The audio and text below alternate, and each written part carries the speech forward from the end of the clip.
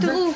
כן, בכירים ישראלים קיבלו הודעה שזה הכיוון המסתמן בסבירות מאוד. סתם כל המרבים כאן. כרגע ממתינים לאימות הרשמי של ה-DNA, הגופה כאמור בידי ישראל. וואי.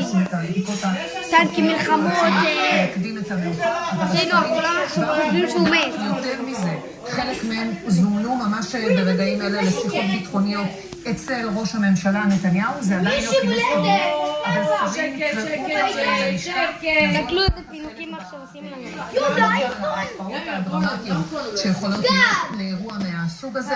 שרים נוספים קיבלו הודעה שזה הכיוון, וגם בסביבת נתניהו כמעט תקלו. ללשכה, כל מי שיש לו יד ורגל בדבר שמות על ההחלטות לאירוע אמת שהדבר הזה קורה כאמור בסביבת נתניהו. עדיין ממתינים לישראל התרבות!